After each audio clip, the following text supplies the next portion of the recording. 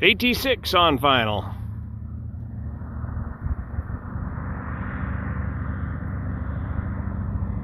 Beautiful.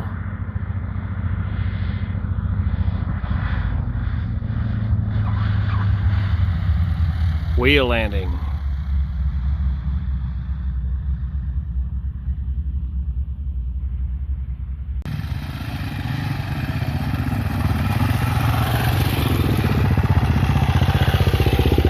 We finally got out of the office today, out of the simulator, and back onto the trail with a couple of tired old pilots all contemplating our final escape and retirement plan to get out of the airlines.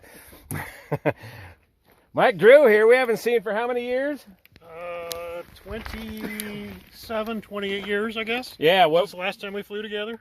And what? Where and when was that? We flew C-141s together on active duty at Travis Air Force Base. I got there in spring of 1991. You left there in 93 or so, thereabouts. Yeah.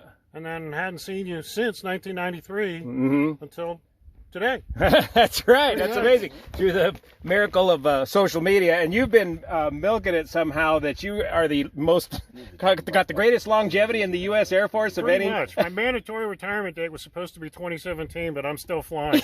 It's like 2012. He can't blow him out of there. I'm planning on showing up one day with a handicap parking placard to hand from the Whiskey Compass so I can get priority parking in front of base op. And his hearing aids. Yeah.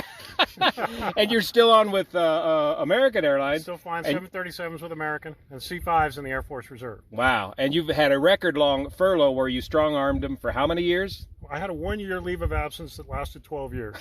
From the airlines? From the airlines. Smart to stay. See, that's why it's smart to stay in the military. Do as I say, not as I do. Do like Mike does. Like that guy said on the scene in Apocalypse Now when they see the tiger in the woods and they get back in the boat. Never get out of the boat! Never get out of the boat! That's the Air Force Reserves and the National Guard is the boat.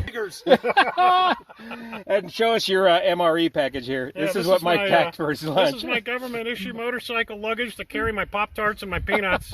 Yeah. And this is my canteen that I got issued in 1989, still working like a champ. See, some things never change. Cheapness counts. And we got a special guest here appearance. This is Dave. Can you give us well, first off, he's got a real interesting job. You work at the Mint in San Francisco? I do. I work at the San Francisco Mint, the superintendent out there. I've been there a little over 20 years. And what is the short story of coins? How come we've got no coins right now during COVID? See, on my side of things, everything's fine. The Mint has actually struck as many coins this year as we have any of the past 10 to 15 years.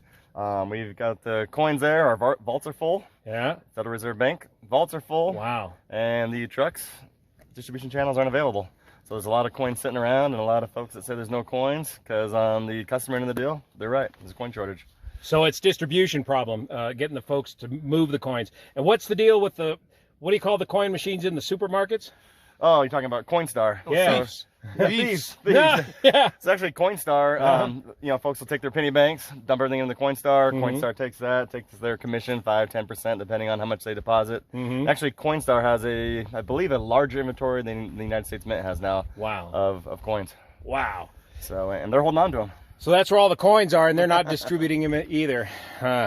So I got that Icing Lubbock crash update coming to you soon. Looks like another 310 was lost. It's just been a horrible year for general aviation accident statistics, even though AOPA and FAA and NTSB will tell you differently. They're looking at statistics 2 or 3 years old. This last year has just been terrible in general aviation accident statistics. So stay in the books. It's hard to stay in the books. We're all taking too much time off. We're all out of the cockpit too long.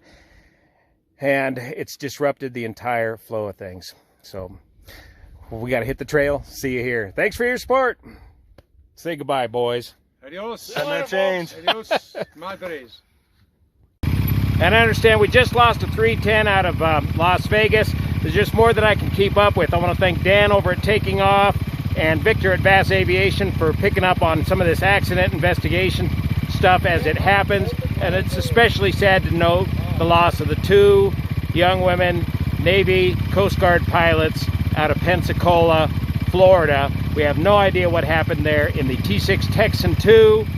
That aircraft is ejection seat equipped. They did not eject out of the aircraft. They were in the MOA, military operations area. They might have been heading to one of the Navy outfields to do some pattern work. We just don't know at this time, but the Navy will have a complete and full report on that accident soon. So we'll let you know once we get more information on that.